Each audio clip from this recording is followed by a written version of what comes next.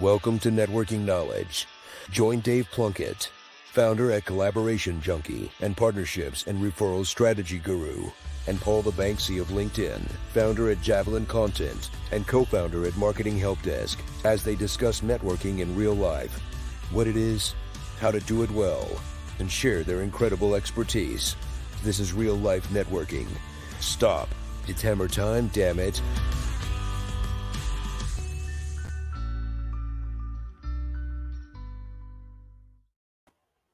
You know, when I first created that intro, I thought maybe I'd gone too far with a stop. It's hammer time, damn it. And do you know what? Every time we do this, just I live for that moment where that plays out, and I watch your face in the bottom corner, Dave, and I just know it puts a big smile on your face every time it plays. I'm so pleased I did it. Yeah, absolutely. Welcome back, everyone, to Networking Knowledge Unleashed. It's been a little while since we've done one, Dave. I know you made a guest appearance as like a co-sponsored thing on our Marketing Help Desk podcast, so we've had you out on there. But it's good to be running another one of these live shows again and getting everybody back into conversations. Absolutely. I'm good. Busy, but good busy. I'm another year older, no less wiser since our last one of these. But things are good. Mate. Oh, thank you. Happy birthday. I assume you've had a chance to recover and rest since the big event, right? Yeah, absolutely. Yeah, I had a week off, which was lovely. But there we go. Fantastic. Awesome. All right. And today's episode is going to be around partnerships. There's a lot of ground to cover in there. We're certainly not going to try and cover all of it in 20, 25 minutes, but there are definitely some points that we want to pick out that are a struggle for everyone, that everybody wants to know more about. It's in everybody's head, I'm sure it seems like a pretty simple thing, setting up a partnership. And actually it's really, it can be, but people make it a lot more complex than it needs to be, Dave. That's something I've seen working through your coursework. Yeah, absolutely. And look, if people want to know the real nuts and bolts of how to build out a partner program, then come on to one of my webinars where we do all that. What I wanted to really linking it in with the networking knowledge piece today is how you can how partnerships can just really work well when you are networking. So yes, we need to know who a good partner is, but I thought we could do that in the context of building and growing a network. But then once you've got them, how do you actually do that?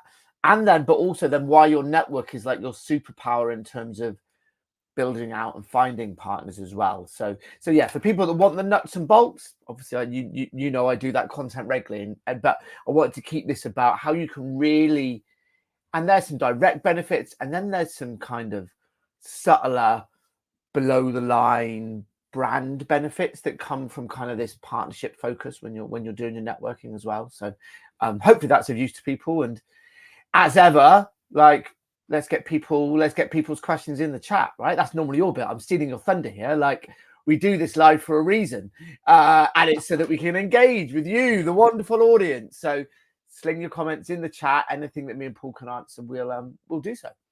Yeah. So, and if you're looking at wherever you're watching us, if you're wondering how you do that, it's just a case of putting it in the comments below the video feed, wherever we're live. So we're live on Facebook, LinkedIn, YouTube, Twitter. Doesn't matter where you are, we're everywhere. Well, I'm laughing because a northern accent comes out more than ever when you say Facebook. I mean, I can't say it again. Facebook. Oh no, you've done it. You've gone back kind of middle of the road again. Yeah, there you go. Facebook. Yeah, it's funny. I got really angry about something to one of my friends yesterday, and he was laughing down the phone at me. He was like, "Why are you laughing at me?" He was like, "Well, because you got really passionate about that there, and you sounded like a real pit yacker for a couple of moments." Right. Right, Dave. Should we where crack are we on? starting today? Partnerships. What are we looking at first? Well, you know what? Let's start with who's a good partner for you, right? And Paul, you know, most of the work that I do is around lead gen partners and who's going to be able to actually provide you qualified leads. But I want to broaden it out slightly, and there's some rules that are going to go over both. But I want to broaden it out slightly today in terms of networking and about growing your network, because there are people who can be great partners for you in terms of you've got similar networks, but potentially they're not ever really going to pass you that many leads. And that's because if what you do is too well aligned, this happens quite a lot in the coaching and consultancy space. If what you do is too close, then while you might not be direct competition, you are competing for people's budgets. And in that instance, look, our I've got to do a LinkedIn post on this thing, but our inbuilt survival genes, right? They're at a high level, and that's because when mankind first originated, half the stuff on the planet wanted to kill us. Half the stuff you picked off the ground would kill you as well. So there's this heightened level of fear, right? And that gene is lazy now because it doesn't have those we're in such a safe environment now. And so if someone's concerned that, I call it eating, you're going to steal their lunch. If someone's concerned that actually they introduce you to a client, said client is going to not need their services, they're not going to do it, even if that's a subconscious thing. But that doesn't mean that those people aren't good partners for you, because they have an audience who aren't their clients, and you have an audience who aren't your clients. And so they can still be really good partners for expanding your network. We had this exact conversation between us, Dave, didn't we? We had a guy who we were going to be working with. We knew that he had a limited budget, and there was a lot of conversations going on behind the scenes around how we could make sure that neither of us stole the entire budget, but that the guy got the support that he needed at the same time. So I do believe that there's a possibility, even if you've got that potential conflict, that potential budget sharing issue, if you're good enough partners with the person, you can pick up the phone and talk to them. You can be strategic about how you approach the opportunity so that everybody wins. And I think that's the important thing. It's not about you. It's not about me. It is about the client, absolutely. But it's about how you come together to work together for the better of the long-term relationship. And I think people lose sight of the long term as well. Yeah, and I would completely agree with that. But we know each other well, so we trust each other. It involves a removal of egos and a removal of everything else.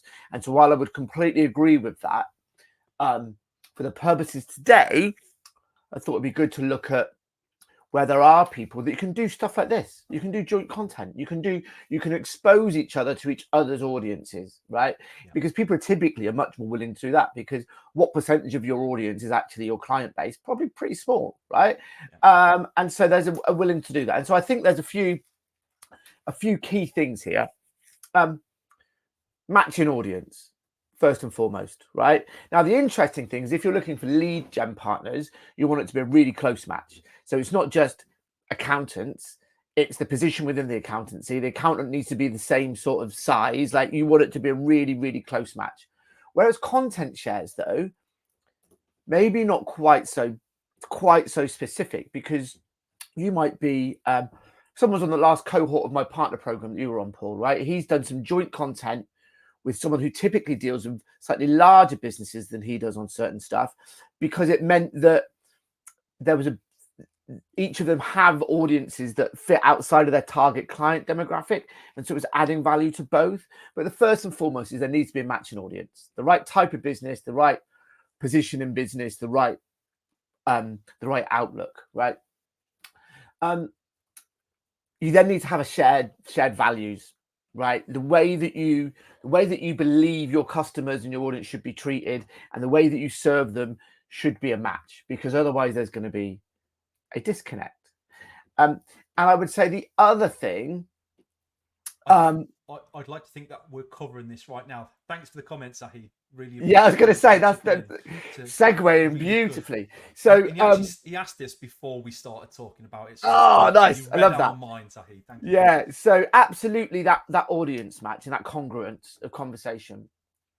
But then values, what and looking at what the outcome is. And a really great way of talking about figuring out someone's values, other than just gut feel, is asking what the purpose of doing the joint project is, because someone's response to that will very much tell you about what they're really looking to gain from it and their approach to it. And then outside of that, particularly if you're looking at kind of content partnerships and expanding network, is do you like the person, right? Like, are you going to enjoy doing some stuff together? Because life is too short to do stuff that we don't really enjoy unless we absolutely have to. We're here for a good time, not a long time. And so I think, yes, you obviously need matching audience, but is there a match in values, and are you going to enjoy working together? It's one of the reasons why we do this, Paul, right? It's because our audiences, we do at least a segment of our audiences that we serve are similar, and we enjoy doing this stuff. And we have the same reason for doing it, which is we just want to give value, right? We know that sometime at some point that value is going to come around. So all three of those boxes are neatly ticked, which is why I think our audience will be the judge of that. This stuff works. Well, I think it's fun, right? Like I do Yeah. a lot of video content for myself, and I put a lot of thought into that. And when I write posts, I put a lot of thought into how I can add value to the audience, and I absolutely want this to add value to people as well. But there's less of a commercial pressure on this for me. This is, I wouldn't say it's a hobby, not at all, but it is less about generating business directly, more about helping people get to a point, like helping their awareness of who I am, what I do, and who you are and what you do, and connecting our audiences together. Yeah, it's brand marketing. It's brand marketing rather than results marketing kind of thing. It's that gentler piece. That, yes, yeah, exactly that. And that's fine, but I think it's really important to understand when you're looking at a partnership relationship what type of partnership this is. Is it a referral partnership?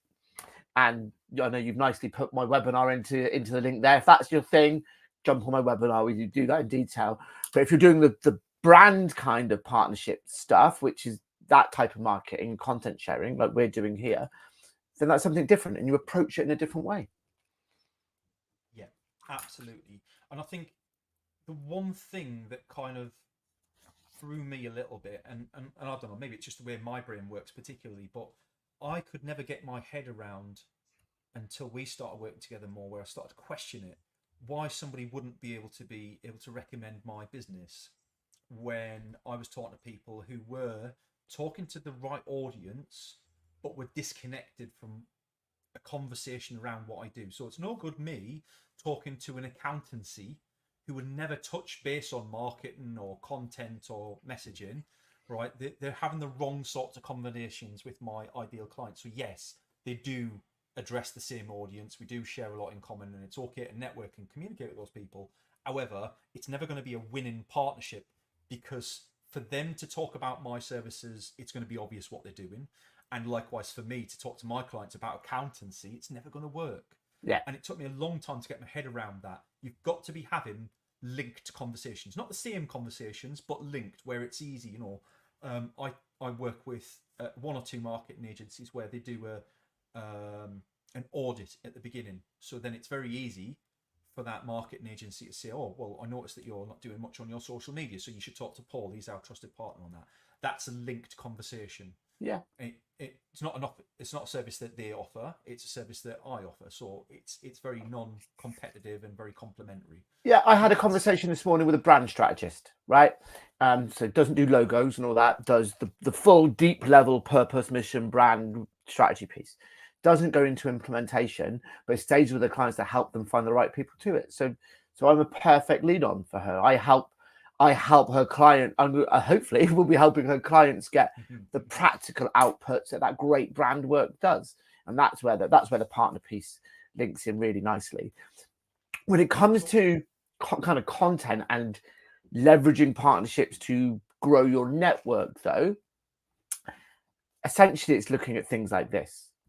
It's talking about where can we have conversations that don't feel like, it shouldn't feel like I'm inviting my audience to this so that you can pitch them about video content, right? And it shouldn't feel like you're inviting your audience to this so I can pitch to them, although I have said about coming to my webinar twice today, which I never normally do. But it shouldn't feel like that. It should feel that we're offering value, right? And I think that's the thing with content. It's what can we talk about where it's a genuine linked conversation, but both audiences are going to get value. And sometimes that flexes. So it may seem completely unplanned and unscripted, people, but believe it or not, me and Paul do have maybe one or two WhatsApp messages before this around going, what's going to be the theme? And typically the theme normally sits slightly more with one or the other of us. So today's clearly sits slightly more with me. Last one, I think, was on video as a superpower, wasn't it? So very much sat more with you. But they're both things we're both still passionate about and can talk about. It's just one of us is more the expert.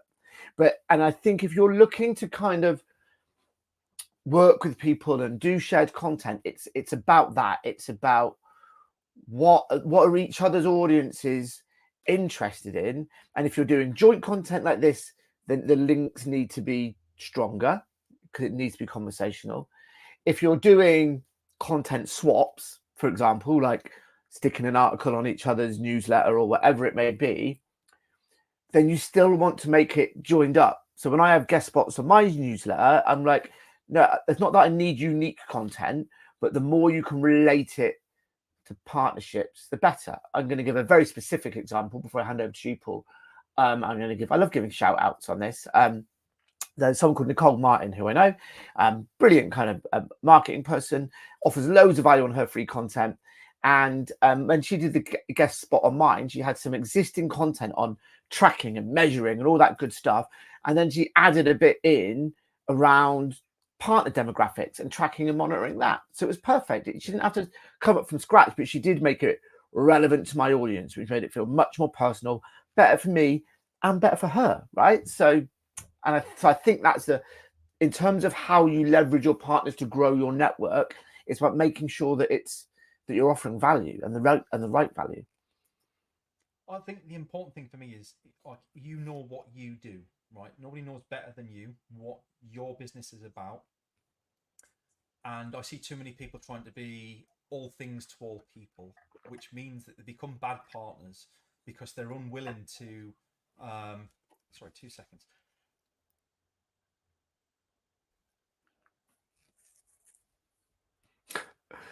I'll try that again. They're unwilling to help people and pass leads across because there's always that doubt in their mind as to, ooh, I could be doing this. And actually, I actually look for opportunities to turn work away from me because I know that I'm the best at what I do in that box. I know what my box is and I stay in that box. And I know the best people at their boxes all around me. I've got all those boxes filled. And nothing, like I'm putting a post out tomorrow. I've made 15 referrals this week.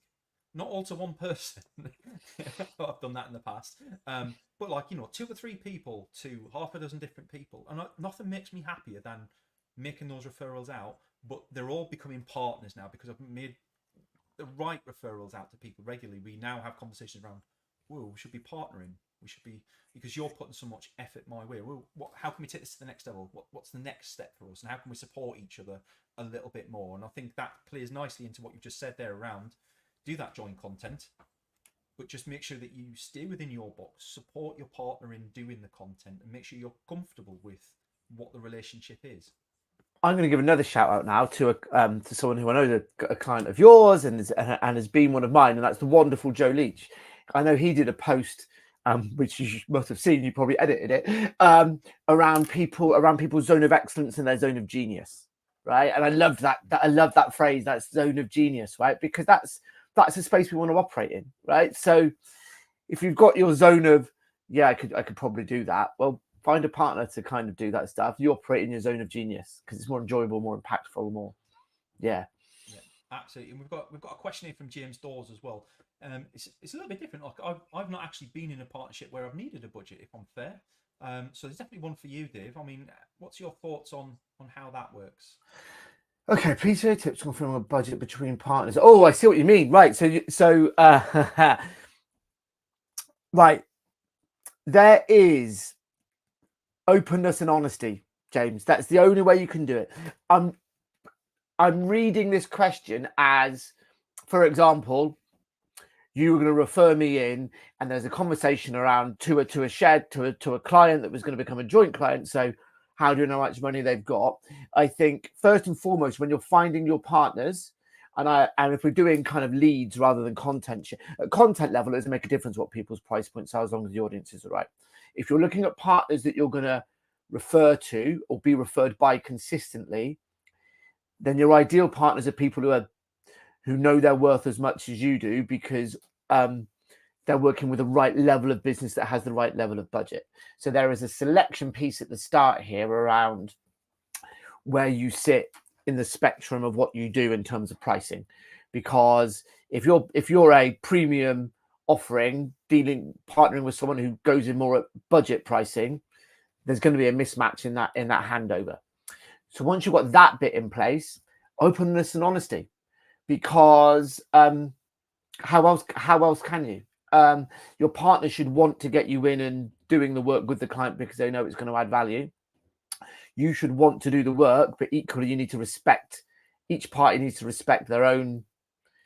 There's respecting your own price point, and then there's respecting the client's budget. I had a conversation very recently around this, where I do group programs and I do one-to-one work, and the price points are very different. But the group work wasn't appropriate for the person, but my typical one-to-one price point wasn't either. But because of the partnership nature, the work's going to be slightly different. I know they're coming with a load of stuff done that I normally do, and so actually, and there's no cost of sale either. It's someone handing it over. So actually, you can have an open, honest conversation around where I could trim this bit out and I could do this, and then you come up, and then it either works or it doesn't, and sometimes it just won't work, and that's fine, right? But yeah, I think the other thing is you've got to consider, like, I find the best partners are either upstream or downstream from me, rather than sitting at the same level. So I tend to lead after people who do brand and messaging. Right, they're a great upstream partner for me because they have to be done first, really. Or content strategy is another good one. Like, they're all upstream from me. Clients generally, once they've got those in place, if they're serious about their business, they've done those things. So those people with those leads are, well, what's next for me? Now I've got my brand in place, I've got my content strategy in place. Who can help me with doing that? Oh, they come down to me. That's natural, and it's not a conflict of budgets. That's a really nice fit. Likewise, I've got people who after me, right, okay, well, I've got all this work done. Now I need a website. Oh, well, that's a different conversation, and anybody who's going to go for a website knows they need a separate budget for that anyway. It's not like it's going to conflict with mine. So they're the best types of partnerships, but there are, you're right, that where you're like, and me and you tend to come at that in the same place as well. Like, people will be at the same place where they want to start getting more attention on social media, but they also want to be doing more networking and creating partnerships, and how do the two play together? So we do conflict on budget sometimes. To your point, it's just an open and honest chat. Like, and sometimes, I'll be honest, James, you've just got to say, do you know what? It feels like they need to be with you first. If it's the right thing for the client, turn them away to the right person first, because the client will always come back to you as a thank you. 9 times out of 10, they come back and go, right, I've done that bit now. I've got started with that and where I need to be. And actually, I really value the fact that you turned me away to get that done right. And it was the right thing for me. So I respect that. And now I want to come back and I want to work with you. And how can we work together? So actually just turning them away sometimes for the right reasons builds that trust with the client, builds them as a champion. Oh, so you read that question differently to me, but he gave an equally good answer. And I've done that before. One of my amazing clients, Rod, Executive Surf, needed his branding doing before he did his partnership stuff. So I referred him into the equally wonderful Emma Humphrey, and then it came back round. And so it does genuinely work. It does genuinely work, that whole kind of value chain piece. So perfect. Glad you enjoyed the point, James. Look, that's what we're here for, right? Is that what we want everybody to be each week? It's not just about me and Dave talking. It's about us answering your questions and getting things off your chest as well. I guess the last thing that we want to cover, because I'm conscious we're coming up to, well, we said 20 minutes for this, we're 23 minutes. Oh, done it again. Very lastly, and I think we've already touched on this, is like driving results together. So how can you make sure that your strategies are joined up? Okay. So that just comes down to openness and honesty. Again, one thing I did want to make sure we covered, though, is I said about how partnership can be a secret sauce in networking. And this is around who you are when you network. So there's a few I'm going to do 3 quick points on this, and I'd love to hear your feedback on it, Paul. So the first thing is, if when you're out networking, whether that's one-to-one on LinkedIn or in actual networking events, we're always networking, right? So when you're out there connecting and communicating with people, if actually sometimes your focus is on looking for partners rather than clients, a few things happen. You're seen as someone who genuinely wants to connect. You're seen as a collaborative person. That may very well suit your brand. But also, it's a much softer way to network, right? Like, you're selling without selling. If you're talking about why you want, Paul, if you're out talking about you're looking for connections to brand strategists because you help their client deliver the next stage of that journey by what you do, that's so much softer, and people are going to want to recommend you to brand strategists because there's no sell involved there. You're not selling to the brand strategist. There's a genuine win-win opportunity. Yeah. And so when you're networking, if you're doing that as a strategy, people will be so much more willing to make those connections. And it's just a much softer, gentler conversation.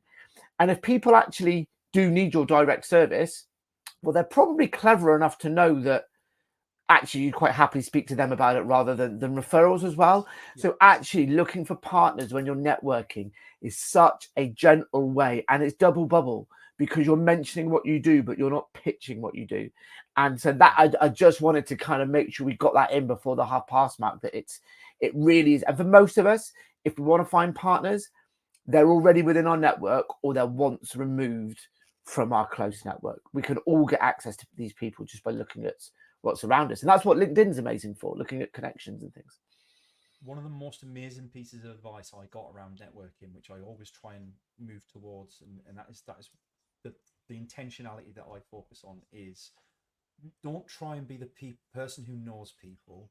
Try and be the person who knows the people that know the people.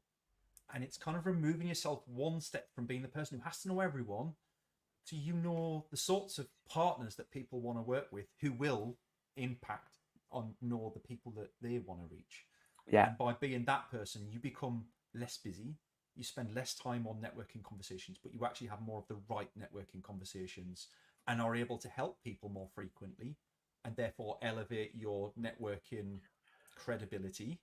Your impact is it's a compound impact, isn't it? Because it's like to the power of, because you make one introduction, but that one introduction is to the power of 30 because they've got the network of the right people. So yeah. Brilliant. Yeah, absolutely. Perfect. All right. Wow, Luke. I don't even know if this will fit on the screen. Wow. So I think the best bit about partnerships has been a single point of contact for customers. Yeah, right. So you're creating an ecosystem where you can be that single point of contact. People start to build trust with you, and yeah, you can almost do the selling on behalf of other people. And I think that is a really powerful position to be in, because then people want to reciprocate and kind of come back. Yeah, absolutely. And nice virtuous circle between lots of different partners, and it's really not. It's a pleasant place to be. Absolutely. And nice to hear from you, Luke. Long time no speak. I talk about value chains quite a lot. Customer value chains. You've got customer with problem over here, solution over here. Maybe we should do it in a circle, but they touch multiple people along that way. And I think the ideal partnership or series of partnerships is where a customer goes from problem to ultimate solution seamlessly, because everyone along that chain has got a similar ethos, similar values, all that sort of stuff, right? And that's when partnerships are working really well. And the person at the far end may not even know the person at the other opposite end, right? Because there's 7 other businesses in between, or 4 or 5 or whatever. But actually the journey is just super smooth because of that, because there's this consistent thing that runs through. Perfect. Right. Well, we're coming up to the end of the half-hour mark. I think we did well fitting that all in 28 minutes, to be fair. I knew 20 minutes was a bit adventurous, but I thought I'll go for it. If you've enjoyed today's session, our contact details, especially if you're on LinkedIn, our contact details are there. Do reach out to us. We'd love to have a chat. Dave's webinar's there. I'll mention it again. It's coming up. Honestly, I can't recommend it enough. There's going to be a bit of a video at the end, so hang around at the end and I'll explain a little bit about why you should join Dave's webinars. And yeah, drop your questions. Even if you're watching this back and we're not live any longer, drop your questions in the chat. We'd love to have we love engaging with people. That's what this is all about. It's networking, but we're live streaming. Let's do it. Send us your comments. See you next time. Cheers, everyone. That'll be, but see you next time. Yeah.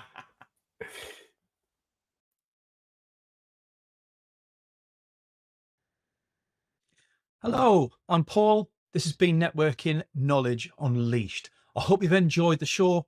We've shared lots of tips today, and now it's our time to shout a little bit about what we each other do. I want to introduce Dave. Dave is a fantastic personality. As you can probably tell, he has bags of energy and positivity, and he helps businesses with their partnerships and referral strategies. He's helped my business massively. I thought I knew it all. I didn't. I went through his course and he radically changed the direction of my business. And I'm already seeing new leads coming into my business from the partners that Dave told me to match up with. So I can't recommend Dave enough. He is a fantastic personality. And if you'd like to know more about how Dave can help you in your business, the details of his next webinar, which will be free, are coming up below in the comments. Make sure you reach out, register, and take part. I promise you it is time well spent. Thanks, Paul.